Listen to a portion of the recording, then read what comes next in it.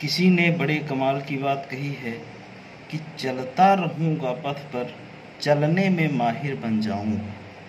चलता रहूँगा पथ पर, चलने में माहिर बन जाऊँगा। या तो मंजिल मिल जाएगी या अच्छा मुसाफिर बन जाऊँगा, या अच्छा मुसाफिर बन जाऊँगा। नमस्कार साथियों, एक बड़ी छोटी सी कहानी है। एक बार एक गांव में एक साधु रहते थे जो भगवान पर बहुत विश्वास रखते थे। एक बार वह साधु पेड़ के नीचे बैठे थे और भगवान को याद कर रहे थे, तो अचानक वहां बाढ़ आ गई। चारों तरफ पानी ही पानी। सब लोग अपने आप को बचाने के लिए ऊपर पहाड़ की तरफ भागने लगते हैं। उनमें से एक आदमी देखा कि इस हालत में भी साधु जी भगवान की तपस्या कर रहे हैं।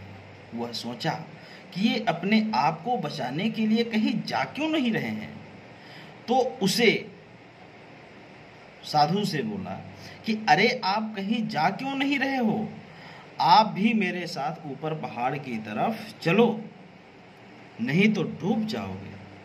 साधु बोले, अरे हमें क्या होगा, मैं भगवान की इतनी तपस्या करता हूँ कि मुझे कुछ नहीं हो सकता, मुझे भगवान अपने आप बचाने आएंगे। धीरे धीरे पानी साधु के कमर तक आ गया। अब लोग वहां से नाव लेकर निकलने लगे, तो उनमें से एक ने साधु से कहा, अरे पानी आपके कमर तक आ गया, आप अब मेरे साथ चलो। तो साधु ने कहा, नहीं नहीं, भगवान मुझे अपने आप बचाएंगे। और वह नाव वाला भी वहां से निकल गया। कुछ देर बाद पानी इतना बढ़ गया कि साधु के सर तक पहुंच गया, और अब लोगों को बचाने के लिए हेलीकॉप्टर निकलने लगे। एक हेलीकॉप्टर साधु के पास आया, जो कि आखिरी हेलीकॉप्टर था। साधु के पास नीचे रस्सी फेंकी और बोला कि इसे पकड़ो और ऊपर आ जाओ, नहीं आप डूब जाओगे। यह आखिरी हेलीकॉप्टर है और आपके पास में दूसरा कोई रास्ता नहीं है बचने के लिए। साधु ने कहा, यह रस्सी वापस ऊपर खींच लो और आप चले जाओ। मुझे भगवान के ऊपर पूरा भरोसा है और वह मुझे बचा लेंगे। पानी काफी ऊपर आ गया था, पेड़ डूब गया और साधु को भी डूबने से मौत हो गई।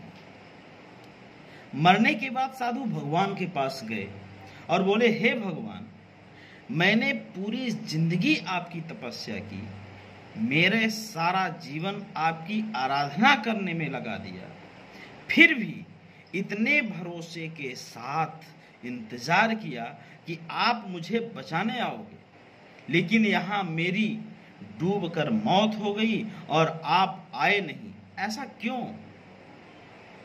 भगवान बोले, मूर्ख इंसान, एक नहीं 3 बार आया था। वो तीनों बार मैं ही तो आया था। पहला पैदल, दूसरा नाव के द्वारा और तीसरा हेलीकॉप्टर के द्वारा, लेकिन तुमने मेरा एक भी अवसर पहचान नहीं पाया। पता नहीं किसका इंतजार कर रहा था। साथियों, हर कहानी कोई ना कोई सारांश होता है, हर कहानी से कोई ना कोई शिक्षा मिलती है। तो इस कहानी से जो हमें शिक्षा मिल रही है वो ये है कि जिंदगी में हमें ऊपर वाला बहुत से मौके देता है, लेकिन हम सब उस मौके को ठुकराकर पता नहीं किस चीज का इंतजार कर रहे होते हैं कि वो होगा तभी मैं करूँगा, और इस बात पर अड़े रहते हैं कि एक वक्त के बाद वो मौका हाथ से निकल जाता है और कुछ नहीं कर पाते। तो किसी भी अच्छे समय का इंतजार मत करो, जो भी करना है आज और अभी से शुरू कर दो, आज और अभी से शुरू कर दो। नमस्कार, जय हिंद, जय भारत।